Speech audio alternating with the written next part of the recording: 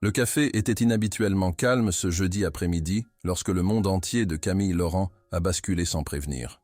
« Je t'ai arrangé un autre rendez-vous », annonça Manon en se glissant dans le box avec un sourire qui ne pouvait signifier que des ennuis. La fourchette de Camille claqua contre son assiette. « Absolument pas. Tu as une idée du nombre de catastrophes que tu as orchestrées? Le banquier qui a passé 2 heures à m'expliquer les crypto-monnaies? Le prof de yoga qui a amené sa mère? J'en ai fini, Manon. Complètement fini. Celui-ci est différent. C'est ce que tu as dit pour le type qui collectionnait les écureuils empaillés. » Manon se pencha en avant, ses yeux brillants de malice. Il est millionnaire, magnifique. Le genre de charme qui fait oublier leur propre nom aux femmes adultes. Camille posa sa serviette avec un soin délibéré. Je m'en fiche s'il possède la moitié de Lyon. L'argent ne crée pas la connexion. Je veux quelqu'un qui me voit vraiment. Quelqu'un dont la présence me fait sentir comme si j'étais la seule personne dans la pièce. Je veux un amour véritable, pas un relevé bancaire. Je comprends ça, dit Manon doucement. Mais fais-moi confiance sur ce coup. Il est parfait pour toi. Genre, écrit dans les étoiles. Après 20 minutes de persuasion acharnée, Camille finit par céder. D'accord, c'est la dernière fois. Je le pense, Manon. La toute dernière fois qu'on a cette conversation. Promis. Le sourire de Manon s'élargit. Tu ne le regretteras pas. Camille attrapa son sac, sentant déjà l'anxiété familière d'avant rendez-vous s'installer dans son estomac. Alors, où se passe cette rencontre magique? Un restaurant 5 étoiles où je vais mal prononcer tout ce qu'il y a sur le menu? La pause de Manon fut trop longue. En fait, sa suite d'hôtel. Sa suite d'hôtel? La voix de Camille monta d'une octave. Qu'est-il arrivé au dîner? Monsieur le millionnaire ne peut pas payer un repas décent en public. Ce n'est pas ce que tu crois. Son emploi du temps est dingue. La suite était le seul créneau qui marchait. S'il te plaît, Camille, fais-moi confiance sur ce coup. Camille se leva, passant son sac sur son épaule. Il vaut mieux que ce ne soit pas un autre désastre, Manon. Je suis sérieuse. Ce n'en sera pas un. Je te promets que tu ne le regretteras pas. Alors que Camille marchait vers la sortie, elle murmura entre ses dents. On verra bien. L'ascenseur monta jusqu'au 23e étage, et à chaque numéro qui passait, le cœur de Camille battait plus fort contre ses côtes. Elle avait choisi sa robe préférée, un numéro vert émeraude qui épousait parfaitement ses courbes, mais la fermeture éclair lui avait résisté tout l'après-midi, coincée dans un angle inconfortable qui pressait contre sa colonne vertébrale. Elle vérifia son reflet une dernière fois dans les parois miroirs de l'ascenseur, essayant encore une fois d'ajuster la fermeture éclair obstinée. Sans succès. Les portes s'ouvrirent avec un léger carillon. La suite de N304 se trouvait au bout d'un couloir qui sentait légèrement le jasmin et la moquette coûteuse. Camille hésita, sa main planant près de la porte. « C'est ridicule », se murmura-t-elle. Mais elle avait promis à Manon. Un rendez-vous. Juste un. Elle frappa. L'homme qui ouvrit lui coupa le souffle d'une manière qu'elle n'avait pas anticipée.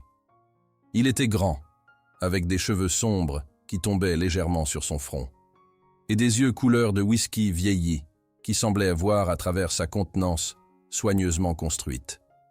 Il portait une chemise blanche impeccable, aux manches retroussées jusqu'aux coudes, révélant des avant-bras puissants.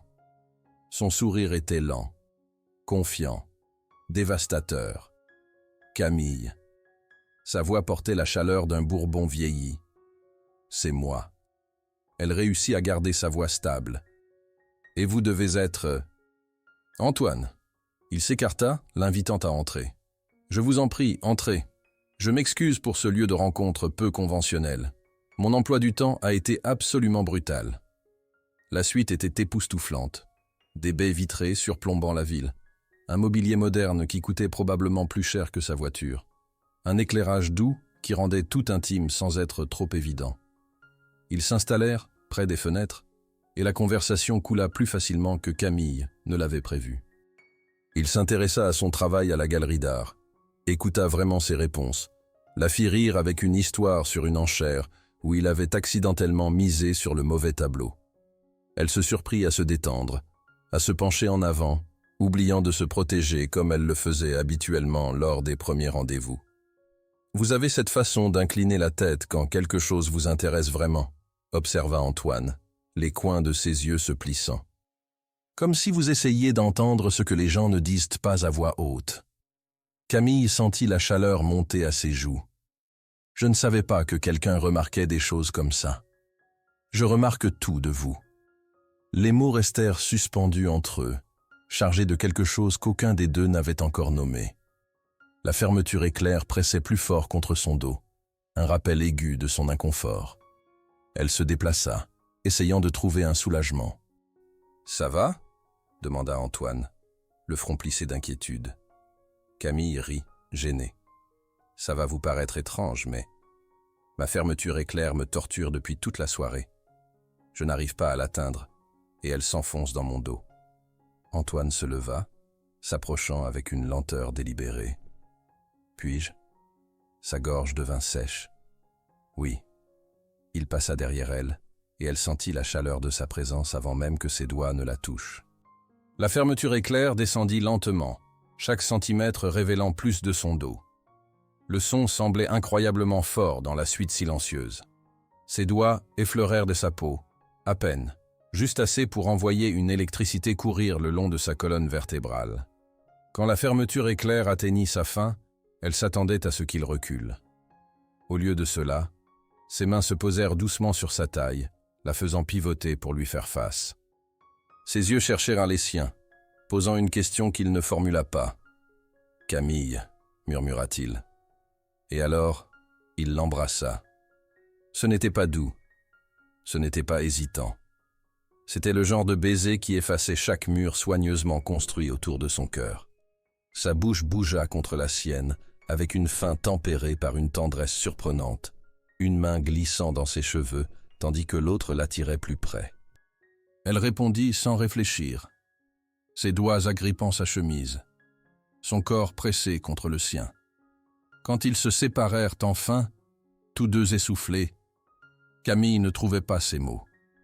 Elle était venue ici sans rien attendre. Elle avait trouvé quelque chose qui ressemblait dangereusement à tout. « Je ne m'attendais pas à ça », murmura-t-elle. Le pouce d'Antoine traça sa mâchoire. « Moi non plus. Mais je ne regrette pas que ce soit arrivé. Moi non plus. » Ses yeux s'assombrirent. « Reste. » Ce n'était pas une exigence. C'était une invitation, une question, une possibilité. Camille savait qu'elle devrait partir, qu'elle devrait réfléchir, qu'elle devrait être raisonnable. Au lieu de cela, elle leva la main et l'attira pour un autre baiser, se laissant tomber dans ce que cela était en train de devenir.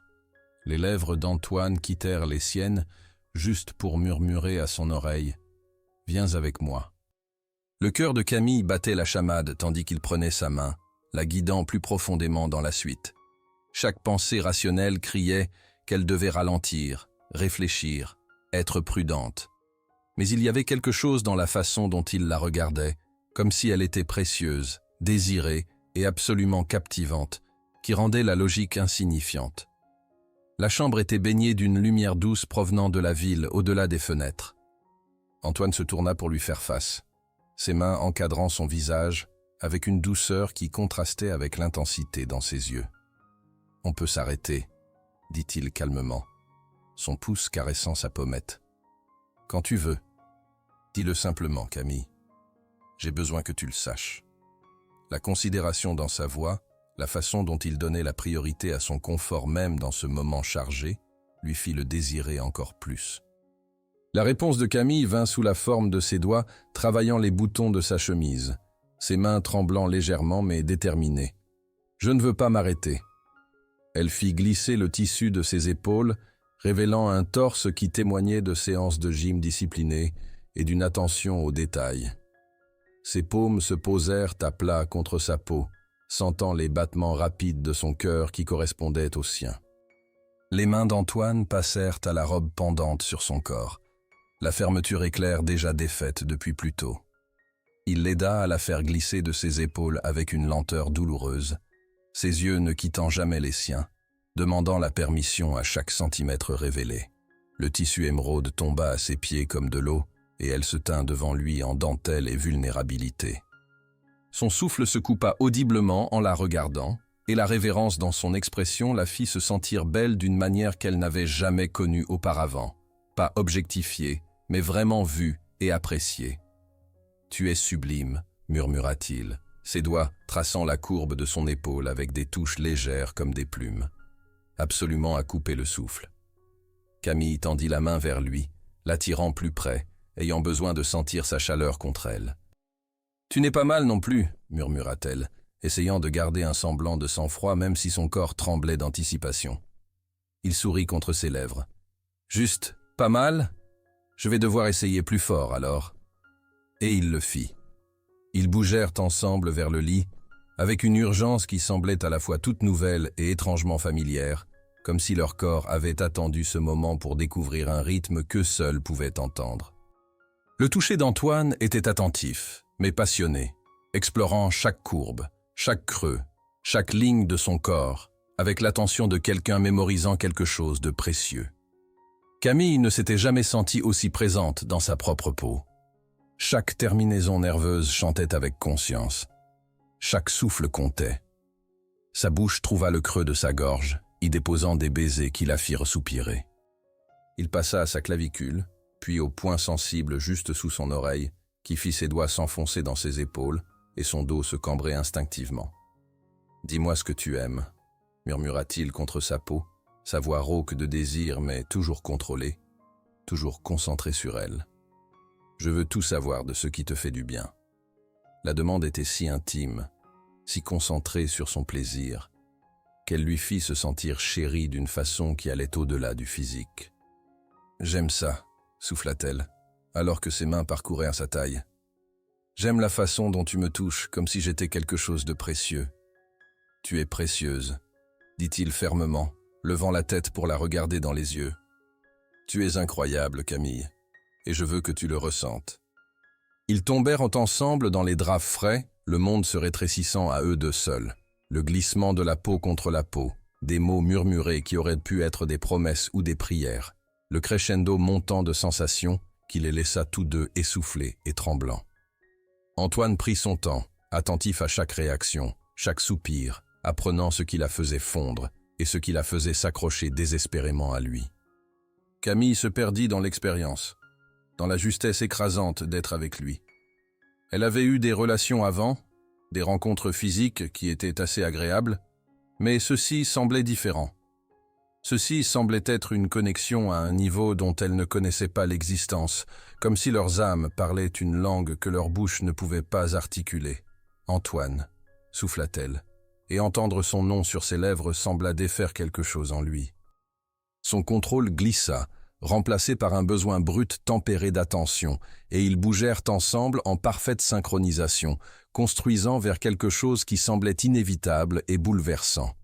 Quand ils atteignirent enfin ce sommet ensemble, Camille se sentit se briser en 1000 morceaux, pour être soigneusement rassemblée dans les bras d'Antoine. Il la tint serrée, alors qu'ils redescendaient tous deux de ce pic, ses lèvres pressant de doux baisers sur sa tempe, sa joue, son épaule. « Ça va ?» demanda-t-il doucement, sa voix épaisse d'émotion. « Plus que bien », murmura-t-elle, ses doigts traçant des motifs sur son torse. C'était... Je sais. Il tira le drap sur eux deux, la nichant contre son flanc. Je sais. Ils restèrent enlacés dans un silence confortable pendant un moment, sa tête sur son torse, ses doigts traçant des motifs paresseux sur son dos. Les lumières de la ville projetaient des ombres sur le plafond, et Camille les regarda danser tout en essayant de digérer tout ce qu'elle ressentait. « Je ne fais pas ça d'habitude », dit Camille doucement, brisant le silence. « Je ne rencontre pas juste quelqu'un pour finir dans son lit le même soir. Ce n'est pas qui je suis. Je sais. » Ses bras se resserrèrent autour d'elle de manière protectrice. « Moi non plus, si ça peut t'aider.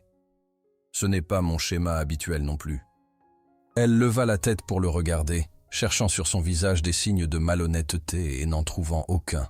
« Alors qu'est-ce que c'est ? Qu'est-ce qu'on fait ?» Antoine resta silencieux un moment, son expression pensive alors qu'il considérait la question. Sa main vint caresser son visage. son pouce caressant sa joue. Je ne sais pas encore, mais je sais que je ne veux pas que ça se termine quand tu franchiras cette porte. Je sais que je veux te revoir, et encore après ça. Je sais que cette nuit semble significative d'une façon que je ne peux pas tout à fait expliquer. Le cœur de Camille se serra à son honnêteté. Moi non plus. Je ne veux pas que ça se termine, je veux dire. Il sourit, et la chaleur sincère de ce sourire le rendit encore plus beau. Alors ne réfléchissons pas trop. Voyons juste où ça nous mène. Pas de pression, pas d'attente. Juste nous deux, qui découvrons au fur et à mesure. Elle se réinstalla contre lui, se sentant en sécurité et téméraire à la fois. D'accord, mais j'ai besoin que tu saches quelque chose. Je ne veux pas être le secret de quelqu'un ou sa distraction temporaire. Si on fait ça, j'ai besoin d'honnêteté. Tu l'as, dit fermement Antoine. Une honnêteté totale. Je te le promets, Camille. Ils parlèrent pendant des heures, alors que la nuit s'approfondissait autour d'eux. Il lui raconta comment il avait grandi comme fils unique d'un père exigeant qui voyait les affaires comme la seule mesure de valeur. Comment il avait construit son entreprise d'une petite start-up en un empire tout en perdant des amis en chemin. La solitude qui accompagnait le succès quand tout le monde voulait quelque chose de toi. Les gens voient dans l'argent, le style de vie, les opportunités, dit-il doucement, ses doigts traçant toujours des motifs sur sa peau. Mais ils ne voient pas l'isolement. Le questionnement constant pour savoir si quelqu'un se soucie vraiment de toi ou juste de ce que tu peux faire pour eux. C'est épuisant, toujours remettre en question les motivations des gens. Le cœur de Camille se serra pour lui. C'est pour ça que tu as accepté ce rendez-vous à l'aveugle, parce que Manon l'a arrangé et tu savais qu'il n'y avait pas d'agenda caché? En partie, admit-il. Mais aussi parce qu'elle m'a montré ta photo et m'a parlé de toi, et j'étais intrigué. Tu es une curatrice d'art qui se soucie vraiment des histoires derrière les tableaux, pas de leur valeur marchande. Ça m'a intéressé. « Qu'est-ce que Manon t'a dit d'autre » demanda Camille, curieuse et légèrement mortifiée. Antoine rit. « Que tu es têtu, loyal à l'excès, nul au mini-golf, et que tu as pleuré une fois pendant une pub pour des chiots secourus. »« Je vais la tuer » marmonna Camille, mais elle souriait. « Ne fais pas ça. J'ai trouvé tout ça complètement attachant. » Camille partagea ses propres histoires, ses rêves d'ouvrir sa propre galerie un jour, un espace qui se concentrerait sur les artistes émergents qui avaient besoin d'une plateforme plutôt que sur des noms établis qui avaient besoin de plus d'argent. Elle lui parla de sa relation compliquée avec sa famille, qui ne comprenait pas pourquoi elle avait choisi l'art plutôt que quelque chose de plus pratique. Elle confessa sa peur de se contenter de moins qu'un amour extraordinaire, de se réveiller un jour et de réaliser qu'elle s'était compromise vers le malheur. « Tu mérites l'extraordinaire », dit Antoine, embrassant son front avec une tendresse qui lui fit mal à la poitrine. « Tu mérites tout, Camille. Ne te contente jamais de moins. »« Même si ça veut dire m'en aller si ça ne semble pas juste ?» demanda-t-elle, le testant. « Surtout dans ce cas, » dit-il sans hésitation. « Je préférerais que tu partes et sois heureuse plutôt que tu restes et sois malheureuse. Même si j'espère que ça n'arrivera pas. » Alors que l'aube commençait à peindre le ciel de teintes de rose et d'or, Camille réalisa qu'elle avait franchi une ligne qu'elle ne pouvait pas reculer. Quoi qu'il arrive ensuite, cette nuit l'avait changée fondamentalement. Il l'avait changée. Elle se sentait différente, plus ouverte, plus vulnérable, plus disposée à prendre des risques pour quelque chose qui pourrait être réel. Antoine bougea à côté d'elle, l'attirant plus près. « À quoi tu penses ? » ?»« Que je suis terrifiée, » admit-elle, « que ça semble trop beau pour être vrai, que je vais me réveiller et découvrir que tout ça n'était qu'un rêve. » Il la tourna vers lui, son expression sérieuse. « C'est réel, Camille. Je suis réel. C'est réel. Et je suis terrifié aussi, si ça peut t'aider. Terrifié de tout gâcher d'une façon ou d'une autre. Terrifié que tu réalises que je ne suis pas aussi génial que tu le penses en ce moment. » La vulnérabilité de son aveu lui fit l'aimer un peu à ce moment. Pas l'amour éternel, pas encore. Mais les premiers murmures. « Je suppose qu'on devra juste être terrifiés ensemble, » dit-elle doucement. « Je peux vivre avec ça. » Ils s'assoupirent alors que le soleil montait plus haut, enlacé dans des draps qui sentait le détergent coûteux et les nouvelles possibilités, aucun des deux ne sachant que leur nuit ensemble avait créé quelque chose qui les lierait ensemble, pour toujours. 3 semaines plus tard. 3 semaines avaient passé depuis cette nuit, et la vie de Camille avait changé de façon à la fois merveilleuse et terrifiante. Antoine avait tenu sa promesse. Il avait appelé le lendemain et le jour d'après. Ils avaient dîné dans un petit restaurant italien où personne ne le reconnaissait. Ils avaient passé un samedi entier dans une exposition d'art moderne, débattant du sens des tableaux abstraits. Ils avaient parlé au téléphone jusqu'à 3 heures du matin de tout et de rien. Mais maintenant, debout dans sa salle de bain un mardi matin, Camille sentit son monde entier basculer sur son axe. Les nausées avaient commencé il y a 4 jours. Au début, elle les avait attribuées aux fruits de mer de leur dîner. Puis, elle s'était convaincue que c'était le stress du vernissage à venir à la galerie. Mais quand ces règles n'étaient pas arrivées, quelque chose qui ne s'était jamais produit dans sa vie adulte, une réalisation froide commença à s'infiltrer dans sa conscience. « Non », murmura-t-elle à son reflet dans le miroir. « C'est impossible. On a fait attention. Mais l'avait-il fait? Cette première nuit avait été si spontanée, si intense. Les détails étaient flous, estompés par le désir et l'émotion. Ses mains tremblaient en sortant le test de grossesse du sac de pharmacie qu'elle avait caché au fond de son armoire de salle de bain. Elle l'avait acheté 2 jours plus tôt et avait été trop terrifiée pour l'utiliser.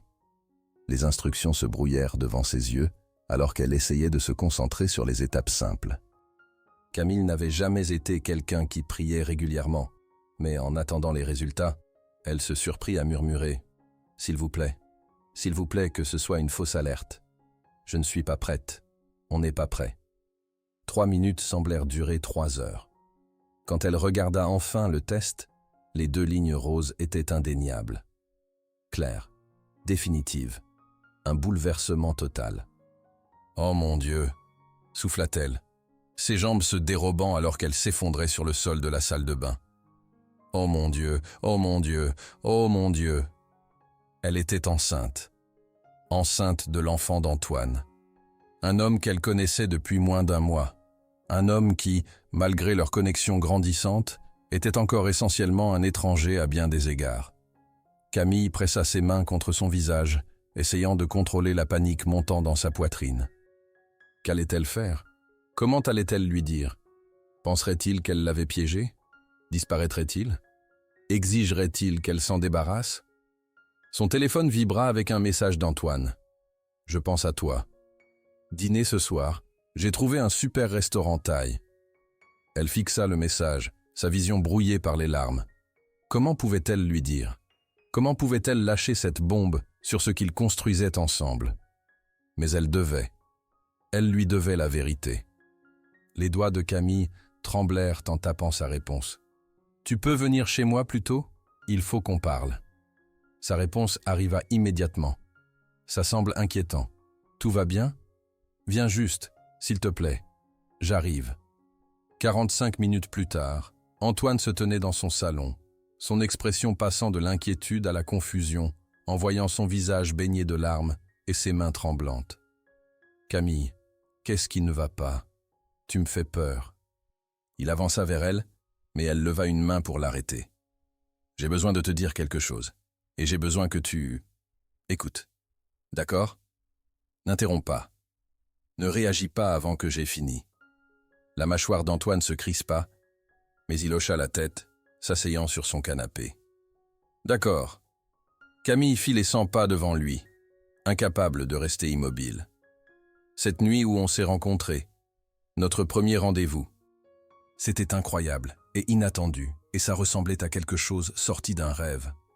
Et je ne le regrette pas, j'ai besoin que tu le saches d'abord. Je ne regrette pas d'avoir été avec toi. Camille, s'il te plaît, laisse-moi finir. Elle prit une inspiration tremblante. Je me suis senti mal ces derniers jours, des nausées, épuisé. Et mes règles ne sont pas arrivées, ce qui n'arrive jamais, jamais. Alors j'ai fait un test ce matin. Elle regarda la compréhension se faire sur son visage, regarda son expression passer de la confusion au choc à quelque chose qu'elle ne pouvait pas tout à fait identifier. « Je suis enceinte, Antoine. Je porte ton enfant. » Le silence qui suivit fut assourdissant. Antoine resta complètement immobile, son visage illisible. Camille sentit son cœur se briser à chaque seconde qui passait. « Dis quelque chose, » murmura-t-elle. « S'il te plaît, dis juste quelque chose. » Antoine se leva lentement, et pendant un terrible moment, Camille pensa qu'il allait partir. Au lieu de cela, il traversa la pièce en 3 grandes enjambées et la prit dans ses bras, la tenant si fort qu'elle pouvait à peine respirer. « Tu es enceinte », dit-il contre ses cheveux, sa voix épaisse d'émotion qu'elle ne pouvait toujours pas identifier. « On va avoir un bébé. »« Je sais que tu ne t'es pas engagé pour ça, » dit Camille, les mots se bousculant. « Je sais que c'est insensé et que le timing est terrible et qu'on se connaît à peine. Si tu veux partir, je comprendrai. Je me débrouillerai toute seule. J'avais juste besoin que tu le saches. » Antoine recula, agrippant ses épaules et la regardant dans les yeux avec une intensité qui arrêta son flot de paroles. « Camille, arrête. Arrête juste de parler une seconde. » Elle se tut, scrutant son visage pour des signes de colère ou de rejet. « Je ne pars pas, » dit-il fermement. « Tu m'entends? Je ne vais nulle part. Antoine, tu n'es pas obligé? Je le veux. » Il lui prit le visage dans ses mains, ses pouces essuyant les larmes sur ses joues. « Je veux ce bébé. Je te veux. Ce n'est pas comme ça que j'avais imaginé les choses. Et oui, le timing est dingue. Mais être ici, en ce moment, savoir qu'on a créé une vie ensemble, je n'ai pas peur. Je suis vraiment heureux. » Le souffle de Camille se coupa. « Heureux? Terrifié ?» admit-il avec un rire tremblant. « Absolument terrifié, mais aussi heureux. C'est fou. » De nouvelles larmes coulèrent sur ses joues, mais celle-ci semblait différente, plus légère d'une certaine façon. Complètement fou. Antoine l'attira de nouveau près de lui, et ils restèrent ainsi un long moment, traitant l'ampleur de ce qui venait d'être révélé.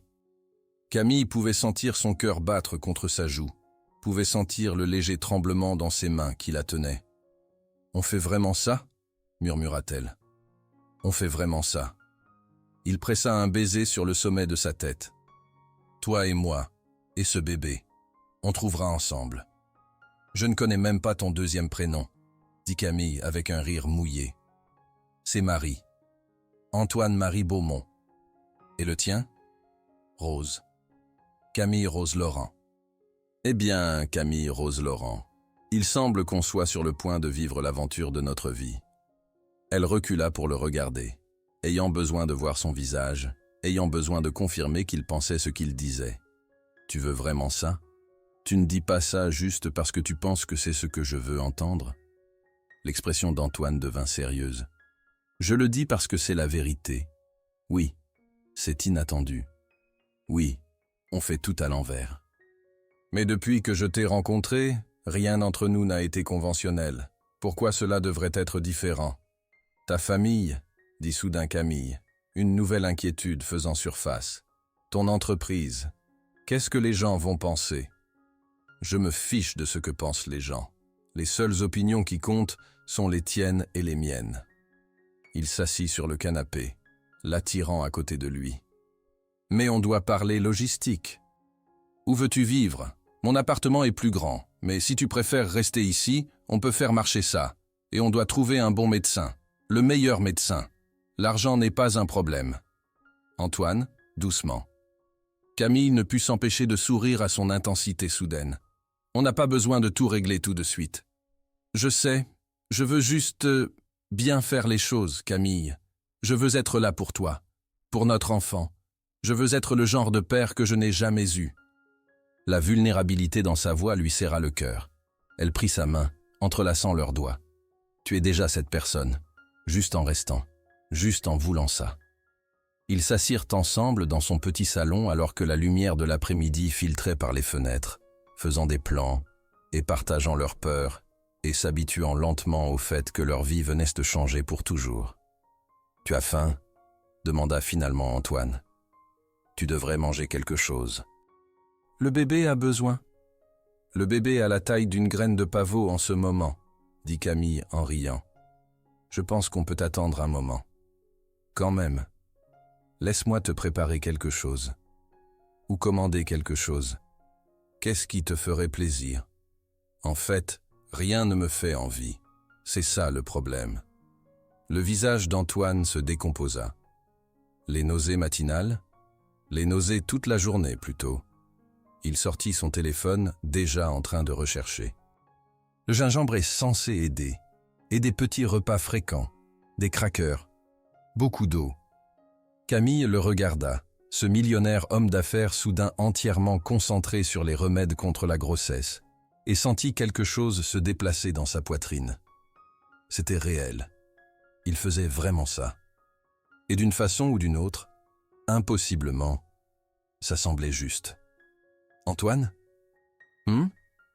Il leva les yeux de son téléphone. « Merci. De ne pas fuir. De rester. » Il posa son téléphone et l'attira sur ses genoux, enroulant ses bras autour de sa taille. « Il n'y a nulle part ailleurs où je préférerais être, Camille.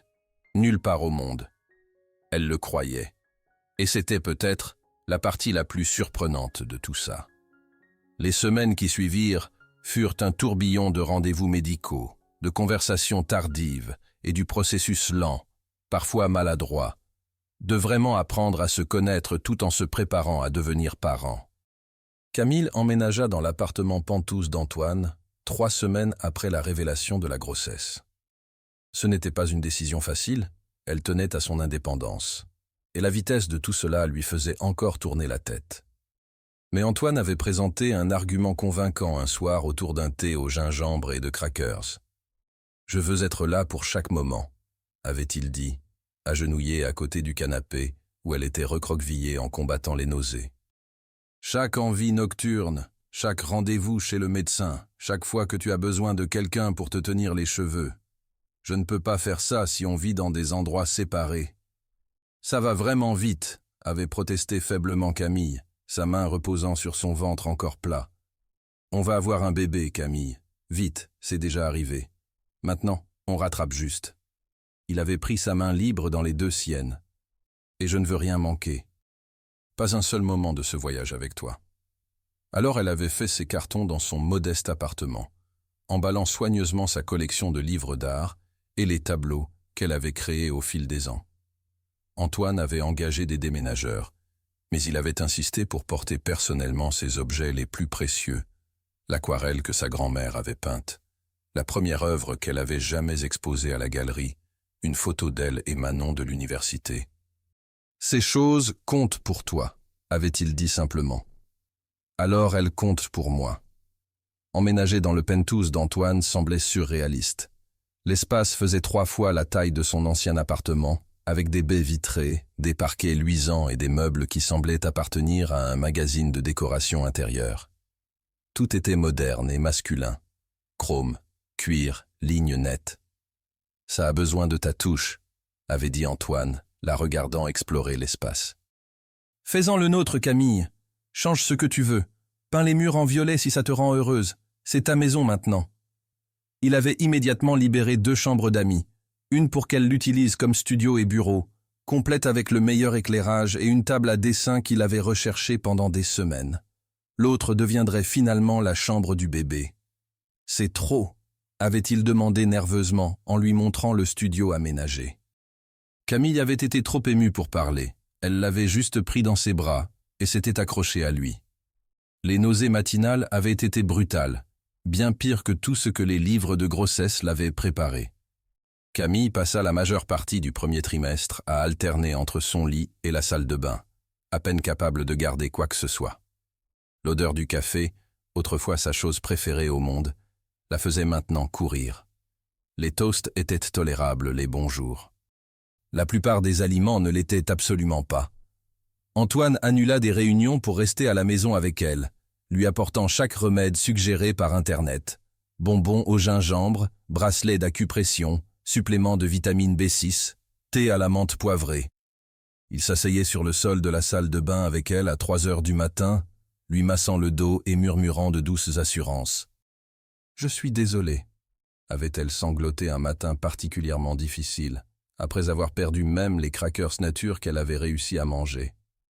Ce n'est pas glamour ou romantique, c'est dégoûtant, et tu ne devrais pas avoir à me voir comme ça. Antoine avait essuyé son visage avec un linge frais, son toucher infiniment doux. « Hé, regarde-moi. » Quand elle croisa ses yeux, il continua. « Tu fais grandir notre enfant. Tu fais le travail le plus dur du monde en ce moment. Il n'y a rien de dégoûtant là-dedans. Tu es belle, même maintenant. Surtout maintenant. » « J'ai du vomi dans les cheveux, » dit misérablement Camille. « Alors laisse-moi t'aider à les laver. » Il l'avait portée jusqu'à la douche, l'avait aidée à se déshabiller sans une trace d'autre chose que de tendre sollicitude, et avait lavé ses cheveux avec des mains attentives pendant qu'elle était assise sur le banc de douche, qu'il avait installé exactement pour cette raison. « Dans la maladie et la santé, n'est-ce pas ?» avait-il dit doucement, en rinçant le shampoing de ses cheveux. « On fait juste cette partie un peu en avance. »« On n'est même pas mariés, » avait fait remarquer Camille, s'appuyant contre son toucher. « Pas encore, » avait-il dit nonchalamment, et son cœur avait raté plusieurs battements. Elle avait voulu demander ce qu'il voulait dire, mais la fatigue l'avait emportée avant qu'elle puisse former les mots. Antoine se révéla étonnamment doué pour les petites tâches intimes de prendre soin de quelqu'un. Il apprit à lui tresser les cheveux quand elle était trop fatiguée pour le faire elle-même. Il découvrit qu'elle pouvait généralement tolérer des pâtes nature avec juste un tout petit peu de beurre et de sel. Il découvrit que les livres audio la distrayaient des nausées mieux que la télévision et en téléchargea une bibliothèque entière. Il parlait aussi constamment à son ventre, même s'il n'y avait rien à voir encore. « Bonjour, petit bout », disait-il chaque jour, sa main étalée sur son estomac. « Ta maman est la personne la plus forte et la plus courageuse que j'ai jamais rencontrée. Tu as de la chance de la voir. On a tous les deux de la chance. » Camille faisait semblant d'être agacée, mais secrètement elle adorait ça. Adorait voir ce côté plus doux de l'homme qui commandait des conseils d'administration et concluait des affaires de plusieurs millions d'euros. Manon venait souvent, apportant des colis de soins et des potins de la galerie. Elle avait été ravie par la nouvelle de la grossesse, bien que pas particulièrement surprise. « Je le savais, » avait-elle dit avec suffisance. « Je savais que vous étiez parfaits l'un pour l'autre. » « Je ne te l'avais pas dit ? Tu m'as arrangé un rendez-vous à l'aveugle dans sa suite d'hôtel, Manon. Tu aurais pu mentionner qu'il cherchait quelque chose de sérieux. Où serait le plaisir là-dedans ? » Manon avait souri, puis était devenue sérieuse. « Mais vraiment, Cam, comment tu vas ? Genre, vraiment ?» Camille avait considéré la question attentivement. « Je suis terrifiée. Je suis excitée. Je suis malade tout le temps. Je suis heureuse, et effrayée, et submergée. J'attends sans arrêt que l'autre chaussure tombe, tu sais, qu'Antoine réalise que c'est trop vite. Cet homme est complètement fou de toi, avait dit fermement Manon. Je le connais depuis des années par des amis communs, et je ne l'ai jamais vu comme ça. Il te regarde comme si tu avais accroché la lune. Il a été incroyable, avait admis Camille. Presque trop incroyable. Parfois, j'ai peur de me réveiller et de découvrir que tout ça n'était qu'un rêve. Ce n'est pas un rêve. C'est juste la vie qui te donne enfin ce que tu mérites. Au deuxième trimestre, les choses s'étaient considérablement améliorées. Les nausées avaient disparu presque du jour au lendemain, remplacées par une soudaine bouffée d'énergie qui les surprit tous les deux. L'appétit de Camille revint avec vengeance, et elle se surprit à avoir des envies des combinaisons les plus étranges. « Des cornichons et de la glace ?» avait demandé Antoine avec scepticisme un soir, la regardant tremper un cornichon dans de la glace à la vanille. « Ne critique pas avant d'avoir essayé », avait dit Camille, la bouche pleine. Il avait essayé, fait une grimace, et lui avait immédiatement commandé un vrai dessert de sa pâtisserie préférée. Mais il s'était aussi assuré que le réfrigérateur était toujours approvisionné en cornichons et 3 parfums différents de glace, au cas où. L'éclat de grossesse dont tout le monde parlait arriva enfin. Les cheveux de Camille devinrent plus épais et plus brillants, sa peau plus claire. Le petit ventre qui commençait à se montrer la faisait se sentir belle, d'une façon qu'elle n'avait jamais connue, comme si son corps faisait quelque chose de miraculeux. Antoine semblait être d'accord. Il ne pouvait pas garder ses mains loin d'elle, trouvant toujours des excuses pour toucher son ventre grandissant, pour l'attirer près de lui, pour l'embrasser doucement. « Tu es magnifique », murmurait-il, ses mains englobant sa taille. Absolument rayonnante. Leur relation physique, qui avait commencé si intensément, avait évolué vers quelque chose de plus profond, plus tendre, moins urgent mais d'une certaine façon plus intime. Antoine était presque adorateur dans la façon dont il la touchait, vérifiant constamment qu'elle était à l'aise, que rien ne faisait mal, qu'elle se sentait chérie. Camille se jeta dans la préparation de la chambre du bébé, passant des heures à faire défiler des sites de décoration et traînant Antoine dans des magasins pour bébés les week-ends. C'était devenu leur rituel. Les samedis matins à explorer les boutiques, débattre des combinaisons de couleurs et des styles de meubles, construisant lentement une vision de ce à quoi ressemblerait la chambre de leur fille. « On n'a pas besoin d'un berceau à 1 000 €, insista Camille, alors qu'Antoine examinait une pièce sculptée à la main qui ressemblait plus à un meuble pour la royauté qu'à un lit pour bébé. Le bois était un acajou riche, sculpté de détails complexes d'animaux de la forêt. « Mais regarde le travail d'artisanat », contra Antoine, passant sa main le long de la remplisse, et il se transforme en lit pour tout petit, puis en lit normal. Il durera des années. Elle pourra l'utiliser jusqu'à ses 10 ans. C'est excessif. C'est parfait. Il se tourna vers l'assistante de vente qui planait à proximité. On le prend, et la table allongée et la commode assortie. Camille leva les yeux au ciel, mais ne put réprimer son sourire. « Tu es impossible. »« Tu adores ça, » dit-il en embrassant sa tempe. « Je t'aime, » corrigea-t-elle. « L'habitude de dépenser, je m'y habitue encore. » L'enthousiasme d'Antoine pour chaque aspect de la grossesse était devenu attendrissant plutôt qu'écrasant. Il avait lu plus de livres de parentalité qu'elle, sa table de chevet empilée de titres comme « Le guide du futur papa » et « Qu'attendre quand on attend ». Il assistait à chaque cours de préparation à l'accouchement avec une attention soutenue, prenant des notes détaillées et posant des questions qui faisaient sourire l'instructrice. Il parlait à son ventre grandissant tous les soirs, avant de se coucher, ses conversations devenant plus élaborées au fil des semaines. « Ta mère a eu 3 réunions aujourd'hui et a quand même trouvé le temps de réorganiser le placard à linge, » disait-il, ses lèvres contre son ventre. « Je pense qu'elle fait peut-être du nesting. Ce qui veut dire que tu arrives bientôt, petit bout. On a hâte de te rencontrer. » Camille passait ses doigts dans ses cheveux, le cœur si plein qu'il lui faisait presque mal. Leurs familles avaient été compliquées. La mère de Camille avait été choquée quand Camille avait appelé avec la nouvelle, le silence à l'autre bout de la ligne s'étirant pendant 30 secondes complètes. « Maman, tu es toujours là ?»« Je suis là », avait finalement dit Marguerite Laurent. « Je suis juste en train de digérer. Tu es enceinte, d'un homme que tu connais depuis combien de temps ?»« Presque 2 mois, » avait admis Camille. Un autre long silence. Puis, « Et le père ? Est-il impliqué ?»« Très impliqué, maman. On vit ensemble. Il s'appelle Antoine Beaumont, et il est merveilleux. » Beaumont. Le ton de sa mère avait légèrement changé. « Comme dans Beaumont Technologies ? Oui. Eh bien. » Marguerite s'était raclé la gorge. « Je suppose que c'est quelque chose. Mais Camille, chérie, j'aurais juste souhaité que tu fasses les choses dans le bon ordre. Le mariage d'abord, puis les enfants. Les gens jasent. »« Laisse-les jaser, » avait dit Camille, se surprenant elle-même par sa fermeté. « Je suis heureuse, maman, vraiment heureuse, et j'espère que tu peux être heureuse pour moi aussi. » Sa mère s'était progressivement adoucie, surtout après avoir rencontré Antoine lors d'un brunch soigneusement orchestré. Il avait complètement charmé Marguerite, s'intéressant à son jardin et complimentant sa robe, et montrant clairement qu'il avait l'intention de prendre soin à la fois de Camille et du bébé. « Il semble être un homme bien », avait murmuré sa mère à Camille pendant qu'Antoine réglait l'addition. « Mais vous devriez quand même vous marier avant que ça se voie trop. » On verra, maman. Le père d'Antoine avait été considérablement plus difficile. Henri Beaumont était un homme redoutable dans la 60aine avancée, fait plus d'acier que de chair, avec des yeux bleus glaciers, qui semblait calculer la valeur de tout ce sur quoi il se posait.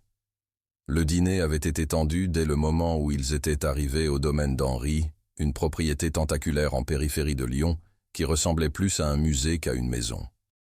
Lustres en cristal, œuvres d'art inestimables, meubles qui semblaient inconfortables parce qu'ils étaient faits pour impressionner plutôt que pour accueillir. Camille avait porté sa robe la plus conservatrice, mais elle avait quand même senti le regard désapprobateur d'Henri la détailler. « Alors vous êtes la fille qui a piégé mon fils », avait-il dit avant même qu'il ne s'assoie pour dîner. « Père », avait dit Antoine sèchement, sa main se resserrant sur celle de Camille. « Je n'ai piégé personne », avait dit Camille, gardant sa voix posée malgré la colère qui montait dans sa poitrine. « On va avoir un bébé ensemble. C'était une décision mutuelle. » Henri avait haussé un sourcil.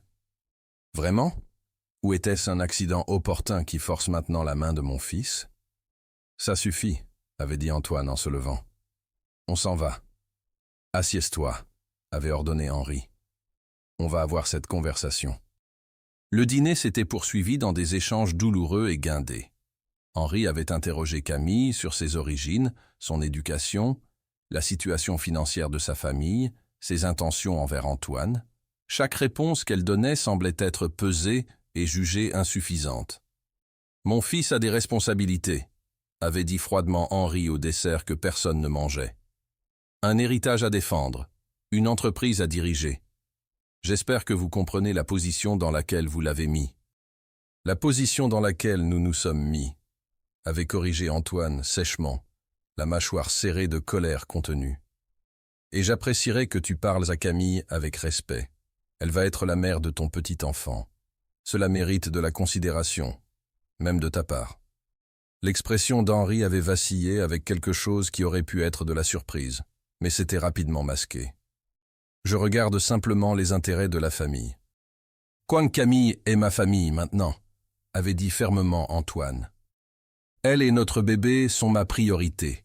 Si tu ne peux pas respecter ça, alors on limitera nos contacts. » Le dîner s'était terminé peu après, la tension crépitant dans l'air alors qu'ils faisaient leurs adieux.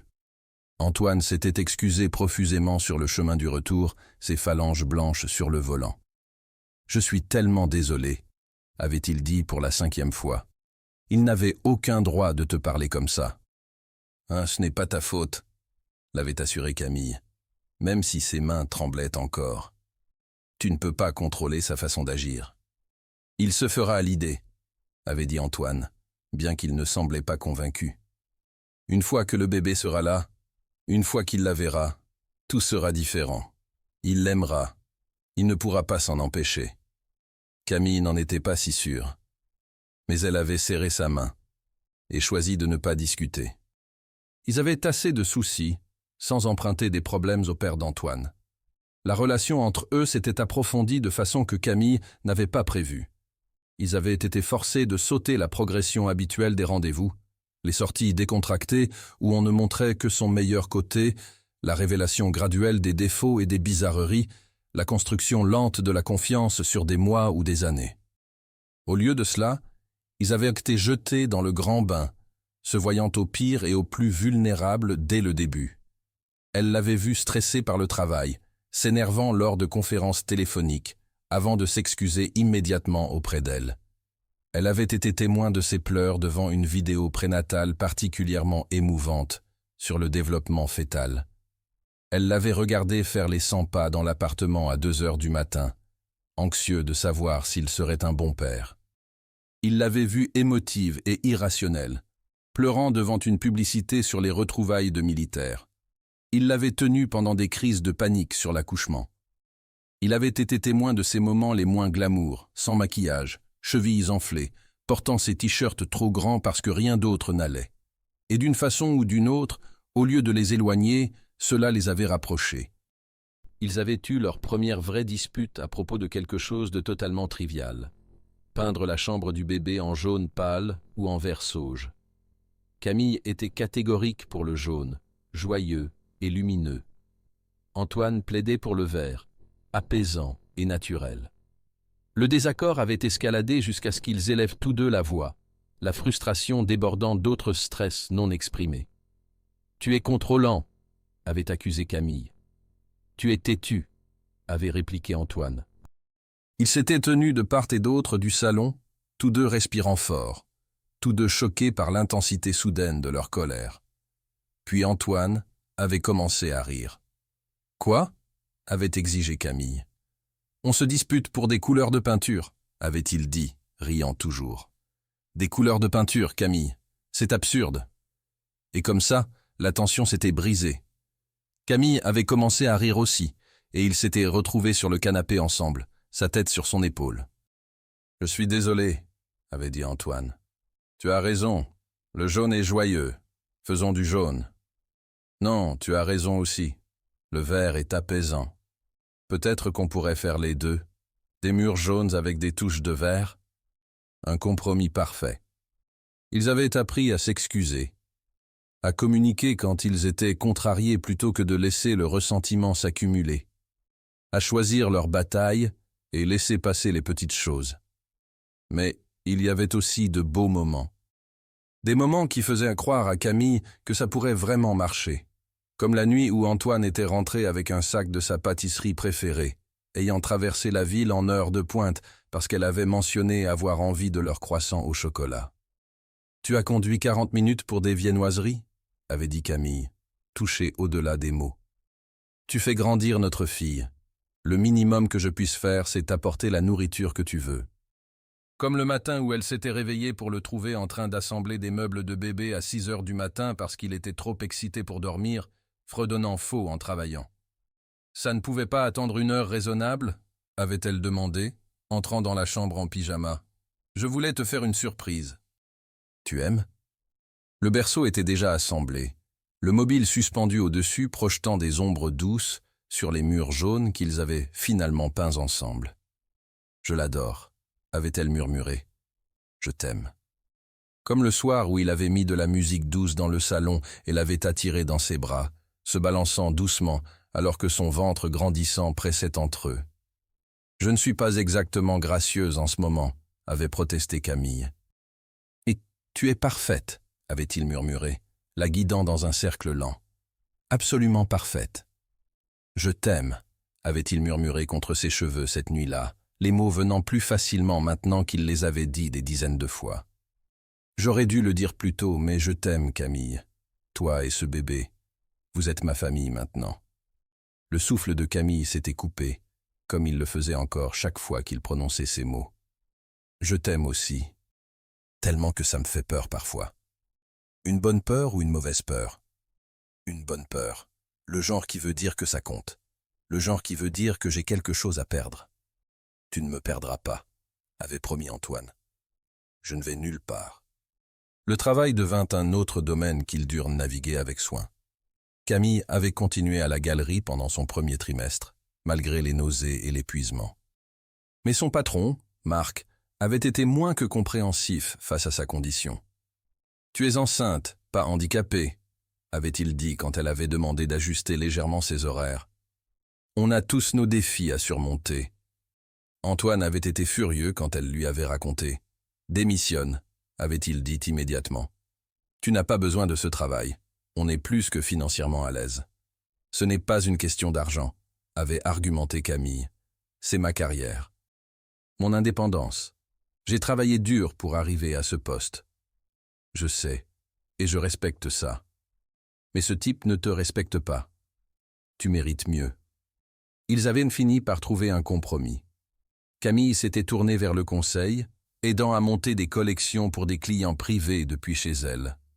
Ça lui donnait la flexibilité dont elle avait besoin, sans abandonner complètement sa carrière. « Heureuse ?» avait demandé Antoine, après qu'elle eut décroché son premier client consultant.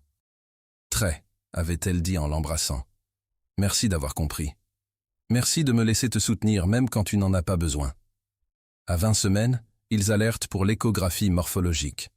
Camille était nerveuse toute la matinée, touchant à peine son petit déjeuner. Antoine lui tenait la main pendant tout le trajet jusqu'au centre médical, son pouce traçant des cercles apaisants sur sa paume. « Tout va bien se passer », l'avait-il assuré. « Mais et si ce n'est pas le cas, et s'il y a quelque chose qui ne va pas? Alors on le gérera ensemble. Quoi que ce soit, on s'en sortira. La salle d'échographie était tamisée, la technicienne chaleureuse et amicale. La main de Camille serrait fort celle d'Antoine alors que la technicienne passait la sonde sur son ventre, appliquant un gel frais qui la fit sursauter. « Froid ?» demanda sympathiquement la technicienne. « Un peu », admit Camille. L'écran s'anima, montrant des images granuleuses en noir et blanc qui se résolurent progressivement en quelque chose de reconnaissable. Une minuscule forme, parfaitement formée, bougeant et s'étirant. « Voilà le cœur », dit la technicienne, pointant un point qui battait rapidement sur l'écran. Un beau battement de cœur bien fort. Et voilà la colonne vertébrale. Je compte les doigts et les orteils. 1, 2, 3, 4, 5 sur chaque main. Tout semble absolument parfait. Camille sentit les larmes couler sur son visage en regardant leur bébé bouger sur l'écran. Une vraie personne, leur fille. C'était une chose de savoir intellectuellement qu'elle était enceinte, mais voir le bébé rendait cela viscéral et réel d'une façon que rien d'autre n'avait fait. « Est-ce que c'est… » La voix d'Antoine était rauque d'émotion, et quand Camille le regarda, elle vit que ses yeux étaient humides aussi. « Vous pouvez nous dire ce qu'on a ?» La technicienne regarda Camille, qui hocha la tête avec empressement. Ils avaient convenu qu'ils voulaient savoir, voulaient se préparer correctement, voulaient appeler leur bébé par son prénom plutôt que « il » ou « elle ». « Félicitations », dit la technicienne, orientant l'écran pour qu'ils puissent mieux voir. « Vous allez avoir une petite fille. » La main d'Antoine se resserra si fort sur celle de Camille que ça faisait presque mal, mais elle s'en fichait. Quand elle le regarda, les larmes coulaient ouvertement sur son visage, son expression un mélange de joie, d'émerveillement et d'amour débordant. « Une fille », souffla-t-il, sa voix se brisant. « On va avoir une fille. » Camille sentit ses propres larmes couler plus vite alors que la réalité la frappait de plein fouet. Pas juste un bébé, une fille. Une petite fille qui aurait les yeux d'Antoine, et peut-être l'entêtement de Camille, et le talent artistique de sa grand-mère. Une personne qu'ils élèveraient, et protégeraient, et aimeraient de tout leur être. Un petit être humain qui les appellerait maman et papa, et dépendrait d'eux pour tout. Elle va être tellement aimée, murmura Camille, incapable de détacher ses yeux de l'écran. Elle est déjà aimée, dit Antoine, se penchant pour embrasser son front, puis ses lèvres. Tellement, tellement aimée. Ils quittèrent le rendez-vous avec des images d'échographie serrées dans la main d'Antoine. Il avait demandé des copies supplémentaires, voulant les montrer à tout le monde, et s'arrêtèrent dans un café à proximité. Camille commanda un décaféiné avec de la mousse supplémentaire. Antoine prit son café noir habituel, et ils s'assirent à une table en coin, traitant simplement ce qu'ils venèrent d'apprendre. « Chloé », dit soudain Antoine, posant sa tasse. « J'ai toujours adoré ce prénom. Chloé Rose Beaumont. Qu'est-ce que tu en penses ?»« Beaumont ?» Camille haussa un sourcil, bien qu'elle souriait. « Bien présomptueux, monsieur Beaumont. » Antoine eut la grâce de paraître penaud, la couleur montant à ses joues. « Je voulais juste dire, éventuellement. Si tu voulais. Je n'essaie pas de te mettre la pression ou de présumer quoi que ce soit. On n'est pas obligé de se marier si tu ne veux pas. » Je pensais juste… Antoine, interrompit doucement Camille. Demande-moi. Il cligna des yeux, confus. Quoi? Demande-moi correctement. Pas comme une supposition. Pas comme un commentaire désinvolte. Si tu veux m'épouser, demande-moi. La compréhension se fit sur son visage, suivie de quelque chose qui ressemblait à de la panique. Il se leva brusquement, et pendant un moment mortifiant, Camille pensa qu'il allait faire sa demande là, au milieu du café, entouré d'étudiants qui travaillaient et de baristas qui appelaient les commandes. Au lieu de cela, il l'aida à se lever, rassemblant leurs tasses et les images d'échographie. « Pas ici, dit-il fermement, la guidant vers la porte. Pas comme ça. Tu mérites mieux qu'une demande impulsive dans un café bondé. Tu mérites du romantisme, de la réflexion et quelque chose que tu voudras raconter à notre fille un jour. » Le cœur de Camille se gonfla. Antoine. « Mais bientôt, Camille, promit-il, s'arrêtant sur le trottoir pour prendre son visage dans ses mains. Je te le promets, très bientôt. Tu me fais confiance pour ça ? Elle l'embrassa, se fichant des gens qui passaient autour d'eux dans la rue animée. Bientôt c'est bien. Bientôt c'est parfait. 2 semaines plus tard, Antoine avait été étrangement occupé. Il avait pris plusieurs appels derrière des portes fermées, avait été surpris par Camille en train de rechercher intensément quelque chose sur son ordinateur portable, avant de fermer rapidement l'écran quand elle était entrée, et lui avait posé des questions apparemment aléatoires sur ses fleurs et couleurs préférées. « Qu'est-ce que tu prépares » avait demandé Camille avec suspicion. « Rien » avait dit Antoine peu convaincant. Un homme ne peut-il pas s'intéresser aux préférences de sa compagne? Pas quand il a l'air aussi coupable en le faisant. Il avait juste souri mystérieusement et changé de sujet. Puis, un samedi soir, alors que la ville était peinte des couleurs dorées du coucher de soleil, Antoine lui avait demandé de bien s'habiller. « Où va-t-on » avait demandé Camille, sortant sa plus belle robe de grossesse, un numéro bleu profond qui la faisait se sentir élégante, malgré son ventre grandissant. « C'est une surprise » avait dit Antoine, l'air nerveux et excité à la fois. Il les conduisit à travers la ville, et quand ils s'arrêtèrent devant un bâtiment familier, le souffle de Camille se coupa. « L'hôtel » murmura-t-elle. « On retourne à l'hôtel. »« Là où tout a commencé » confirma Antoine, l'aidant à sortir de la voiture. « Où je t'ai rencontré pour la première fois. Où je t'ai embrassé pour la première fois. Où notre monde entier a changé en une nuit parfaite, impossible. » Il avait réservé la même suite, la Dune 304. Les mains de Camille tremblaient alors qu'il montait sans l'ascenseur, les souvenirs affluents. L'anticipation nerveuse, la chimie inattendue, la fermeture éclair, le baiser qui avait tout changé. La suite était différente maintenant, doucement éclairée par des bougies, des pétales de rose éparpillés sur le sol, une musique douce jouant depuis des haut-parleurs cachés. La ville s'étendait au-delà des fenêtres, la même vue qu'ils avaient contemplée cette première nuit. « Antoine » souffla Camille. « C'est magnifique. » Il prit ses mains, la guidant vers la fenêtre surplombant les lumières de la ville, le même endroit où il s'était tenu cette première nuit. Ses mains tremblaient légèrement, et Camille réalisa qu'il était véritablement nerveux. « Camille Rose Laurent » commença-t-il, sa voix stable malgré l'émotion dans ses yeux. « Je sais qu'on a tout fait à l'envers. On a eu notre premier rendez-vous, notre premier baiser, notre première nuit ensemble en l'espace de quelques heures. On va avoir un bébé avant même d'être ensemble depuis 1 an.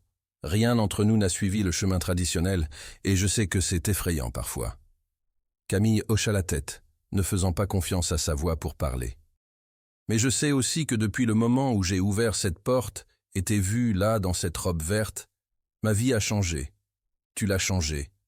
Tu m'as fait croire en quelque chose que j'avais arrêté de croire, que la connexion pouvait être réelle et instantanée et puissante, que l'amour pouvait te frapper comme la foudre et refaire ton monde entier. » Il mit un genou à terre, sortant une petite boîte en velours de sa poche, et les mains de Camille volèrent à sa bouche, alors que les larmes commençaient à couler sur son visage. « Je veux me réveiller à côté de toi chaque matin et m'endormir en te tenant chaque nuit. Je veux élever notre fille ensemble, Chloé, si tu es d'accord pour ce prénom, et peut-être lui donner quelques frères et sœurs un jour si tu le veux. Je veux soutenir tes rêves et célébrer tes succès et te tenir dans tes peurs. Je veux construire une vie avec toi, désordonnée et imparfaite, et absolument parfaite à la fois. Veux-tu m'épouser, Camille? Veux-tu être ma femme ?» Il ouvrit la boîte, révélant une bague qui fit halter Camille. Une émeraude simple mais magnifique, exactement la couleur de la robe qu'elle portait cette nuit-là, entourée de diamants qui captaient la lueur des bougies et projetaient des arcs-en-ciel sur le plafond. « L'émeraude » murmura-t-elle. « La même couleur que la robe que je n'arrivais pas à arrêter de regarder » confirma Antoine. « La même couleur que tes yeux quand tu es passionné par quelque chose. La même couleur qui a tout commencé. »« Oui » dit Camille, le mot jaillissant même, alors que les larmes coulaient plus vite sur son visage. « Oui, Antoine, bien sûr que oui. 1000 fois oui. » Il glissa la bague à son doigt, un ajustement parfait, parce que bien sûr il avait trouvé sa taille d'une façon ou d'une autre, et se leva, la prenant dans ses bras et l'embrassant avec une passion et une tendresse qui lui rappelaient cette première nuit tout en semblant entièrement nouvelle. Ce n'était pas le baiser incertain d'étrangers explorant une possibilité. C'était le baiser de deux personnes qui se connaissaient, qui s'étaient choisies, qui construisaient un avenir ensemble. « Je t'aime », murmura-t-il contre ses lèvres, ses mains encadrant son visage comme si elle était faite de verre précieux.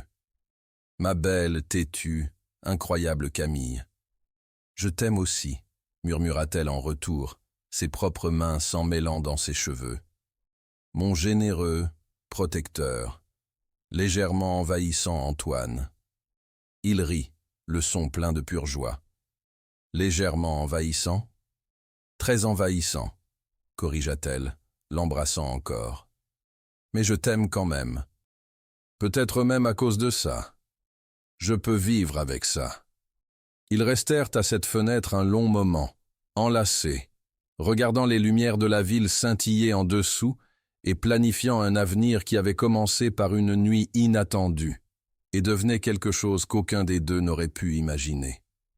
La main d'Antoine reposait sur son ventre, où leur fille grandissait plus forte chaque jour. « Tu as entendu ça, Chloé ? Ta maman a dit oui. On va être une famille. Une famille officielle, légale, en bonne et due forme. » Camille rit à travers ses larmes. Elle ne peut pas encore t'entendre. « Elle peut absolument m'entendre, » argumenta Antoine. « Tous les livres le disent, et je veux qu'elle sache à quel point je suis heureux en ce moment. À quel point je suis reconnaissant que ta mère ait tenté sa chance sur un rendez-vous à l'aveugle qu'elle ne voulait pas accepter. Je suis reconnaissante aussi, » dit doucement Camille. « Pour les manigances de Manon, pour ton emploi du temps impossible, pour cette stupide fermeture éclair qui m'a donné une excuse pour demander de l'aide. Pour toutes les petites coïncidences qui nous ont menés ici. »« Pas des coïncidences, » dit Antoine. « Le destin. On devait se trouver, Camille. Je le crois vraiment. » Elle regarda la bague à son doigt, l'homme qui l'avait mise là, l'avenir qu'ils construisaient ensemble. « Je le crois aussi. » Ils commandèrent le service en chambre, des pâtes pour Camille, un steak pour Antoine, et mangèrent à la lueur des bougies, parlant des plans de mariage et des détails de la chambre du bébé et de toutes les belles choses ordinaires qui composaient une vie ensemble. « Petit mariage ou grand ?» demanda Antoine. « Moyen », décida Camille. « Amis proches et famille. Rien de trop extravagant, mais joli, significatif. » Avant ou après l'arrivée de Chloé? Camille réfléchit, sa main sur son ventre. « Avant, je pense. Je veux être ta femme quand elle naîtra. Je veux qu'elle vienne au monde avec des parents qui sont mariés. Alors on devrait planifier rapidement. Tu es déjà à presque 6 mois. C'est assez de temps pour organiser un mariage. » Antoine sourit. Avec assez d'argent et de motivation, tout est possible. Et on a les deux. Ils restèrent dans la suite cette nuit-là, faisant l'amour lentement et tendrement, chaque toucher une promesse et une célébration. Après, ils restèrent enlacés dans le même lit où leur fille avait été conçue, ressentant le poids et l'émerveillement du chemin parcouru. « Merci », murmura Camille dans l'obscurité. « Pourquoi ? Pour être toi, pour rester, pour m'aimer même quand je suis difficile et émotive et que je porte tes t-shirts parce que rien d'autre ne me va. »« Merci de m'avoir donné une chance, » répondit Antoine, « d'avoir accepté ce rendez-vous à l'aveugle, de ne pas avoir fui quand les choses sont devenues compliquées, de construire cette vie avec moi. »« Nulle part ailleurs où je préférerais être, » dit Camille, faisant écho à ces mots de cette première nuit. « Moi non plus. » Ils s'endormirent enlacés, une bague émeraude captant le clair de lune, un bébé grandissant entre eux et un avenir s'étendant devant eux plein de possibilités infinies. Un avenir construit sur l'amour, la confiance et le petit battement de cœur qui devenait plus fort chaque jour. Le mariage eut lieu 8 semaines plus tard, par un frais après-midi d'automne quand les feuilles s'étaient parées d'or et de pourpre, peignant le monde de couleurs chaudes et riches. Camille avait voulu quelque chose d'intime et significatif, et Antoine l'avait réalisé avec l'efficacité et l'attention aux détails qui faisaient son succès en affaires. Ils avaient choisi un petit domaine en périphérie de Lyon, un manoir historique avec des jardins tentaculaires, d'anciens chênes et un kiosque qui semblait sorti d'un conte de fées. « C'est parfait », avait soufflé Camille quand Antoine lui avait montré le lieu pour la première fois. C'est toi qui es parfaite, avait-il répondu, embrassant sa tempe. Le lieu est juste joli. Organiser un mariage enceinte de 7 mois avait présenté des défis uniques.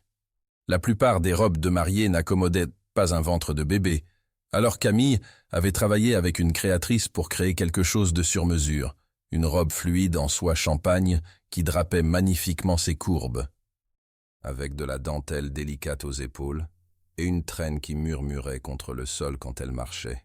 « Tu ressembles à une déesse », avait dit Manon le matin du mariage, aidant Camille avec son voile. « Sérieusement, Cam, je ne t'ai jamais vue aussi belle. » Camille s'étudia dans le miroir, sa main reposant sur son ventre où Chloé faisait ce qui ressemblait à des pirouettes. Elle se sentait belle, rayonnante d'une façon qui n'avait rien à voir avec le maquillage ou la robe coûteuse, et tout à voir avec la joie qui bouillonnait en elle. « Je vais me marier », murmura-t-elle, y croyant à peine encore. « Avec un homme qui vénère le sol que tu foules », ajouta Manon. « Qui aurait cru que mes talents de marieuse étaient si bons ? Ne laisse pas ça te monter à la tête. » Trop tard, j'envisage déjà d'ajouter « entremetteuse professionnelle » à mon CV. Camille rit, le son léger et libre. « Merci Manon. Pour tout. Pour m'avoir poussé à aller à ce rendez-vous. Pour avoir cru en nous quand j'avais trop peur. » Les yeux de Manon se remplirent de larmes. « Oh non, tu vas me faire pleurer et ruiner mon maquillage. Arrête d'être sentimentale. » Jamais. Elles s'étreignirent précautionneusement, attentives au ventre de Camille et à leurs 2 robes. Puis il fut temps. La cérémonie eut lieu dans le jardin alors que le soleil de l'après-midi baignait tout d'une lumière dorée. Des chaises blanches disposées en rangées ordonnées accueillaient leurs amis et familles les plus proches. Seulement 50 personnes, mais tous ceux qui comptaient vraiment. Antoine se tenait à l'autel sous le kiosque, incroyablement beau dans un costume gris anthracite. Son témoin, Marc, un ami d'université qui avait fait le voyage depuis Paris, se tenait à côté de lui, mais les yeux d'Antoine étaient fixés sur l'allée, attendant. La musique commença, un quatuor à cordes, jouant un arrangement élégant de leur chanson, celle qui jouait la nuit où il l'avait demandée en mariage. Le père de Camille, qui avait fait le voyage depuis Nice et s'était montré étonnamment favorable après avoir rencontré Antoine, lui offrit son bras. « Prête, ma chérie ?»« Plus que prête, » dit Camille, serrant sa main. Ils commencèrent à descendre l'allée, et les yeux de Camille se verrouillèrent sur ceux d'Antoine. Elle regarda son expression se transformer en la voyant, une émotion brute passant sur son visage. Amour, émerveillement, une joie si intense qu'elle semblait rayonner de lui. Quand ils atteignirent le kiosque, son père embrassa sa joue et plaça sa main dans celle d'Antoine. Ses doigts se refermèrent autour des siens, chauds et fermes, et soudain Camille n'était plus nerveuse. C'était juste. C'était exactement là où elle devait être. « Salut », murmura Antoine, la voix épaisse. « Salut toi-même », murmura Camille en retour, souriant à travers des larmes de bonheur. L'officiant, un ami de la famille d'Antoine qui le connaissait depuis l'enfance, commença la cérémonie avec des mots sur l'amour et le partenariat et la belle imprévisibilité de la vie. « L'histoire d'Antoine et Camille a commencé de la manière la plus inattendue, » dit-il, et Camille vit plusieurs personnes dans l'assemblée sourire avec connivence. Mais les plus belles histoires d'amour sont souvent ainsi. Ils n'ont pas suivi le chemin traditionnel, ils ont créé leur propre chemin, et ce faisant, ils nous ont montré ce que signifie être assez courageux pour embrasser l'inattendu. Antoine et Camille avaient écrit leurs propres vœux. Antoine commença le premier, sortant une carte de sa poche avec des mains qui tremblèrent légèrement. « Camille, » commença-t-il, sa voix portant clairement malgré l'émotion. « Quand tu as frappé à ma porte de chambre d'hôtel il y a 6 mois, je pensais juste rencontrer quelqu'un pour un rendez-vous décontracté. Je n'avais aucune idée qu'ouvrir cette porte ouvrirait ma vie entière. Tu es entré et tu as mis mon monde sens dessus-dessous de la meilleure façon possible. » Il fit une pause, ses yeux ne quittant jamais les siens. « Tu m'as appris que le vrai amour n'est pas une question de timing parfait ou de suivre les règles de quelqu'un d'autre. C'est trouver la personne qui te donne envie d'être meilleur, plus courageux, plus honnête. Tu me défies, tu m'inspires, tu me fais rire quand je me prends trop au sérieux, et tu me tiens, quand je m'effondre. Camille sentait les larmes couler sur son visage, mais elle s'en fichait. Je promets de t'aimer férocement et tendrement, à parts égales, continua Antoine. Je promets d'être ton partenaire dans tous les sens du terme, pour élever notre fille, pour construire notre vie, pour affronter tous les défis qui se présenteront. Je promets de ne jamais te prendre pour acquise, de toujours te choisir, de t'aimer plus chaque jour qui passe. Toi et Chloé êtes ma famille, mon cœur, ma maison, et je passerai le reste de ma vie à me montrer digne du cadeau que tu m'as fait. Il replia la carte, ses yeux humides de larmes qu'il ne cherchait pas à cacher. Camille prit une inspiration tremblante, sortant ses propres vœux écrits sur une carte qu'elle avait révisée une douzaine de fois. « Antoine », commença-t-elle, sa voix vacillante. « Il y a 6 mois, j'ai failli ne pas venir à notre rendez-vous. J'étais fatigué des déceptions, fatigué d'espérer, fatigué de chercher quelque chose que je commençais à croire n'existait pas. Mais Manon m'a convaincu de tenter une dernière chance. Et je suis tellement reconnaissante qu'elle l'ait fait, parce que cette chance m'a mené à toi. » Elle dut faire une pause, l'émotion la submergeant un instant. Antoine serra ses mains d'encouragement. « Tu m'as montré ce que signifie être vraiment vu et valorisé, » continua Camille. « Tu n'aimes pas seulement les parties faciles de moi, tu aimes mon entêtement, mon indépendance, mon amour légèrement irrationnel des émissions de télé-réalité. Tu as été là pendant les nausées matinales et les sautes d'humeur et les envies de grossesse qui n'ont aucun sens. Tu ne m'as jamais fait me sentir comme un fardeau, même quand j'étais au plus mal. » Elle sourit à travers ses larmes. « Je promets d'être ta partenaire et ton égal. Je promets de soutenir tes rêves, tout en poursuivant les miens. Je promets d'élever notre fille avec toi, de lui apprendre l'amour et la force et le courage de saisir les chances sur l'inattendu. Je promets de te choisir chaque jour, même les jours où c'est difficile, même quand on n'est pas d'accord sur les couleurs de peinture ou ce qu'on mange pour dîner. » Des rires parcoururent l'assemblée à cela. « Tu es ma plus grande aventure, Antoine Beaumont. Et j'ai hâte de passer le reste de ma vie à découvrir toutes les façons dont je peux t'aimer davantage. » Il n'y avait pas un œil sec dans le jardin alors qu'ils échangeaient leurs alliances, des bandes de platine assorties avec des inscriptions à l'intérieur. Celle de Camille disait « Mon éternité inattendue » et celle d'Antoine disait « L'attente en valait la peine. » « Par les pouvoirs qui me sont conférés, » dit l'officiant avec un large sourire, « je vous déclare maintenant mari et femme. »« Antoine, tu peux embrasser ta mariée. » Antoine prit le visage de Camille dans ses mains, ses pouces essuyant ses larmes, et l'embrassa avec une tendresse qui fit sentir son cœur trop grand pour sa poitrine. L'assemblée éclata en applaudissements et viva, mais Camille les entendait à peine, perdue dans le moment, dans la sensation des lèvres de son mari sur les siennes, dans la justesse absolue de tout cela. Quand ils se séparèrent enfin, tous deux essoufflés et souriants, Antoine posa son front contre le sien. « Bonjour, Madame Beaumont. »« Bonjour, Monsieur Beaumont, » murmura Camille en retour. « Je t'aime. Je t'aime plus. Impossible. » Ils redescendirent l'allée ensemble, main dans la main, mari et femme, prêts à affronter tout ce qui viendrait ensuite. La réception eut lieu dans la grande salle de bal du manoir, transformée avec des milliers de fleurs blanches, des lumières scintillantes et des tables élégantes. Camille avait voulu de la chaleur et de l'intimité plutôt qu'un étalage ostentatoire, et le résultat était magique, comme entrer dans un rêve. Le dîner était excellent. Camille s'était assurée qu'il y ait plusieurs options puisque sa grossesse rendait ses préférences alimentaires imprévisibles. Les discours furent sincères et drôles, Manon réussissant à la fois à embarrasser et à honorer Camille à parts égales. « Je connais Camille depuis 10 ans, » dit Manon, levant son verre. « Et je ne l'ai jamais vue plus heureuse qu'avec Antoine. » Il la fait rire. Il la met au défi. Il soutient ses rêves. Et surtout, il la regarde comme si elle était la personne la plus incroyable du monde, parce qu'elle l'est. À Camille et Antoine. À Camille et Antoine, répétèrent les invités en chœur, faisant teinter leurs verres. Le discours d'Antoine sur Camille la fit pleurer à nouveau. Le toast de son père fut étonnamment émouvant. Même Henri Beaumont, qui avait assisté avec une réticence visible, sembla s'adoucir au fil de la soirée, surtout quand il regarda la main d'Antoine se poser de façon protectrice sur le ventre de Camille pendant qu'il coupait le gâteau.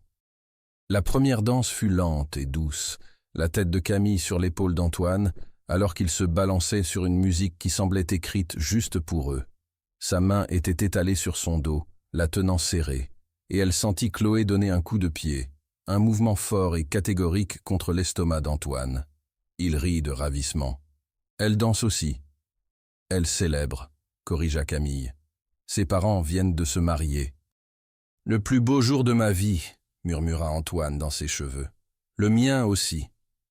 Ils dansèrent jusqu'à ce que les pieds de Camille lui fassent mal. Puis Antoine la porta jusqu'à une chaise et lui apporta du dessert et de l'eau, s'affairant autour d'elle d'une façon qui l'aurait agacée de n'importe qui d'autre, mais qui semblait être de l'amour venant de lui. Alors que la soirée touchait à sa fin et que les invités commençaient à partir, Camille se retrouva sur la terrasse avec Antoine, regardant les jardins baignés de clair de lune. « Heureuse » demanda-t-il, ses bras autour d'elle par derrière, ses mains reposant sur leur fille. « Délirieusement » dit Camille, s'appuyant contre son torse. « Aujourd'hui était parfait. Tu es parfait. Je ne le suis vraiment pas, mais j'adore que tu le penses. » Elle se tourna dans ses bras pour lui faire face. « Tu es parfait pour moi. C'est ce qui compte. » Il l'embrassa doucement, tendrement, sans rien de l'urgence de leur premier baiser, mais avec toute l'émotion. « Rentrons à la maison, Madame Beaumont. »« La maison », répéta Camille, aimant le son de ce mot. « Rentrons. » Les 6 dernières semaines de grossesse furent à la fois les plus longues et les plus courtes de la vie de Camille. Son corps était devenu difficile à manœuvrer, ses émotions encore plus. Elle pleurait devant des publicités et ne pouvait pas voir ses pieds et avait besoin d'aide pour sortir du lit. Antoine gérait tout cela avec patience et humour, massant ses chevilles enflées et construisant des forteresses de coussins élaborés pour l'aider à dormir et lisant des livres de parentalité à voix haute quand elle était trop fatiguée pour se concentrer. Ils avaient fini la chambre du bébé, des murs jaunes avec de douces touches de verre, le berceau sculpté à la main pour lequel ils s'étaient disputés, un fauteuil à bascule positionné près de la fenêtre où Camille s'imaginait passer d'innombrables nuits à nourrir leur fille. Ils avaient lavé des vêtements incroyablement petits et assemblé une table à langer et fait des réserves de plus de couches qu'il ne semblait raisonnable pour un petit être humain. « Est-ce qu'on est prêt ?» demanda Camille un soir, debout sur le seuil de la chambre du bébé à 38 semaines de grossesse. « Probablement pas, » dit honnêtement Antoine, venant se tenir à côté d'elle. « Mais je ne pense pas que quiconque soit jamais vraiment prêt à devenir parent. On trouvera au fur et à mesure. Ensemble, » ajouta Camille. « Ensemble, » confirma-t-il. Chloé Rose Beaumont fit son entrée dans le monde par une matinée enneigée de décembre, 3 jours avant Noël et 1 jour avant sa date prévue. La poche des os de Camille se rompit à 3 heures du matin, trempant les draps coûteux qu'Antoine avait insisté pour acheter. Elle l'avait réveillé d'une légère secousse, essayant de ne pas paniquer. « Antoine, Antoine, réveille-toi, c'est l'heure. » Il s'était redressé comme s'il avait été électrocuté, soudain complètement éveillé et bougeant à grande vitesse. « L'heure ? L'heure de quoi ? Oh mon Dieu, c'est l'heure. D'accord, d'accord. Pas de panique, je ne panique pas. Où est le sac pour l'hôpital ? » Près de la porte, comme prévu, avait dit Camille, réussissant à rire malgré la première contraction qui la frappait. « Et tu paniques clairement. »« Je panique clairement. » avait-il admis, l'aidant à se lever. « Mais pour ma défense, on est sur le point d'avoir un bébé. Je suis au courant, » avait dit sèchement Camille. Le travail avait été long, 14 heures qui avaient testé chaque once de force et de patience de Camille.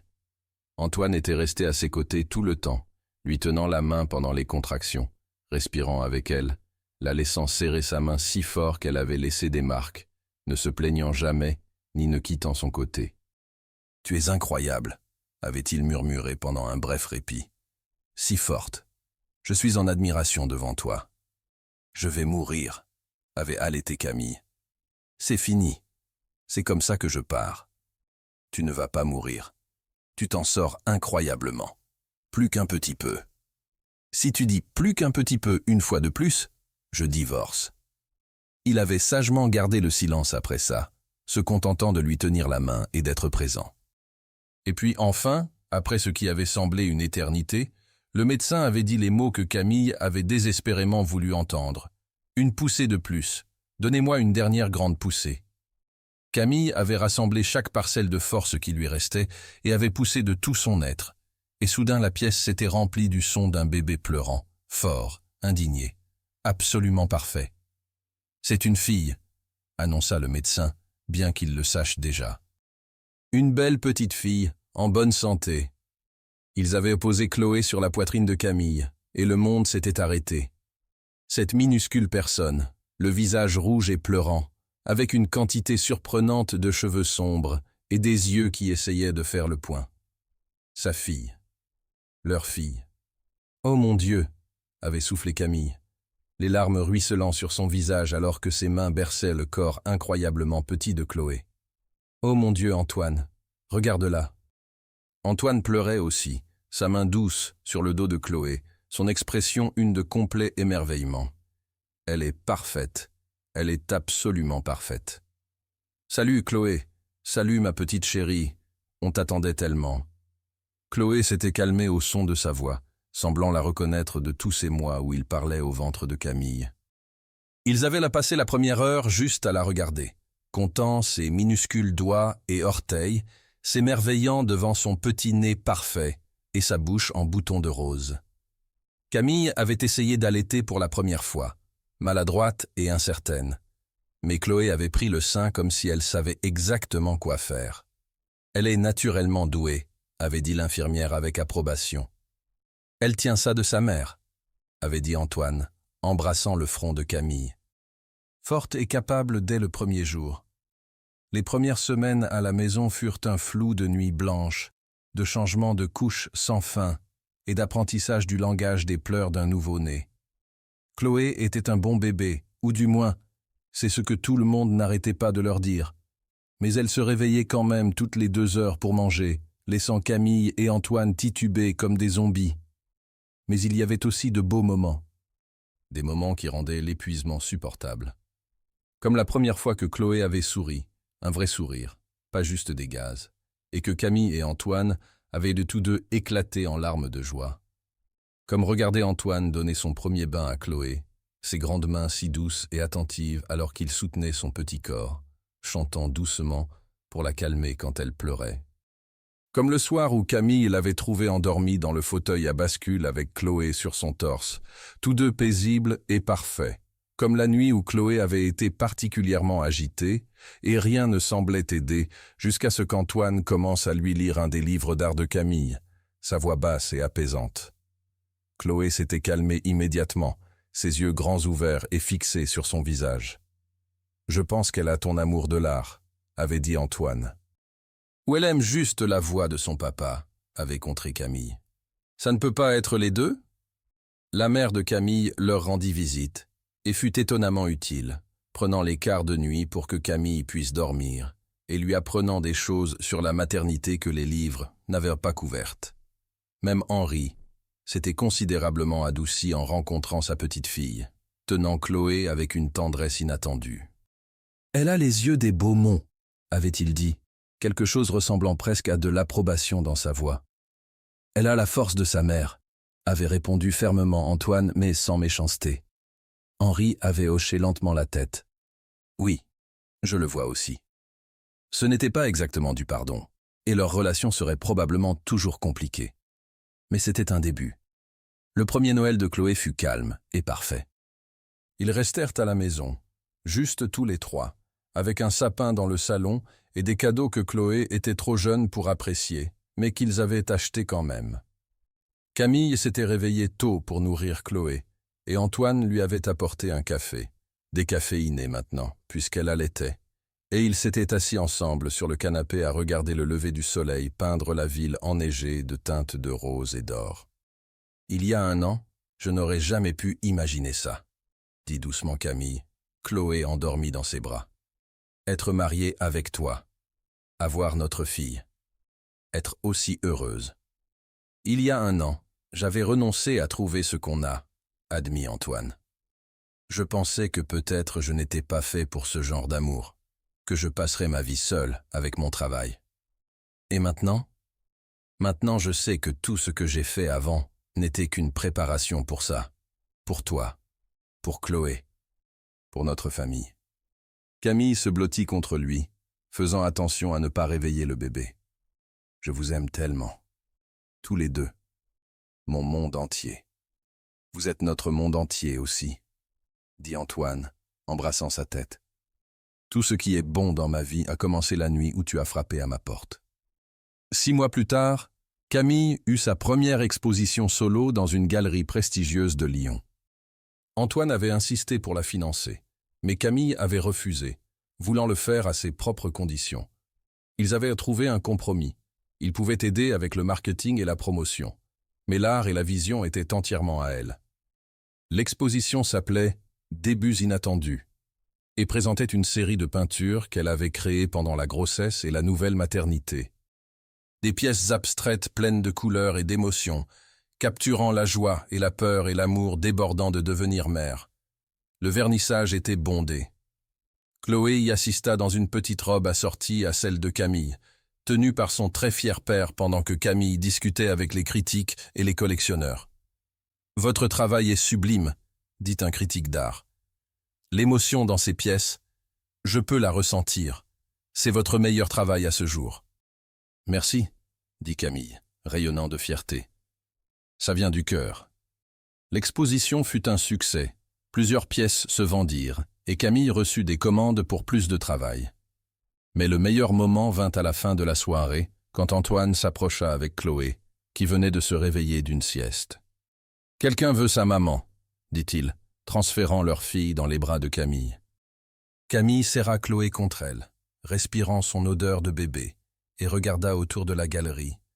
Son travail sur les murs, son mari à côté d'elle, sa fille dans ses bras. « C'est tout », murmura-t-elle.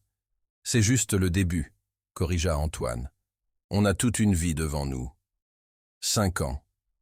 Plus tard, Chloé commençait la grande section, et Antoine et Camille se tenaient au bord du terrain de jeu, regardant leur fille courir vers les balançoires avec un enthousiasme intrépide. « Elle est tellement confiante », s'émerveilla Camille. « Elle tient ça de toi », dit Antoine. Ils avaient agrandi leur famille, des jumeaux, Hugo et Léo, qui dormaient actuellement dans leur poussette double. La grossesse avait été une surprise, tout comme la première, mais pas moins bienvenue. Leur maison était chaotique et bruyante, et pleine de jouets et de rires. Camille avait ouvert sa propre galerie, se concentrant sur les artistes émergents, comme elle en avait toujours rêvé. Antoine avait pris du recul sur certaines de ses responsabilités au travail, donnant la priorité au temps en famille plutôt qu'aux réunions sans fin.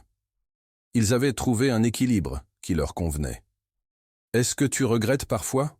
demanda Camille, alors qu'il regardait Chloé se faire une nouvelle amie sur la structure d'escalade.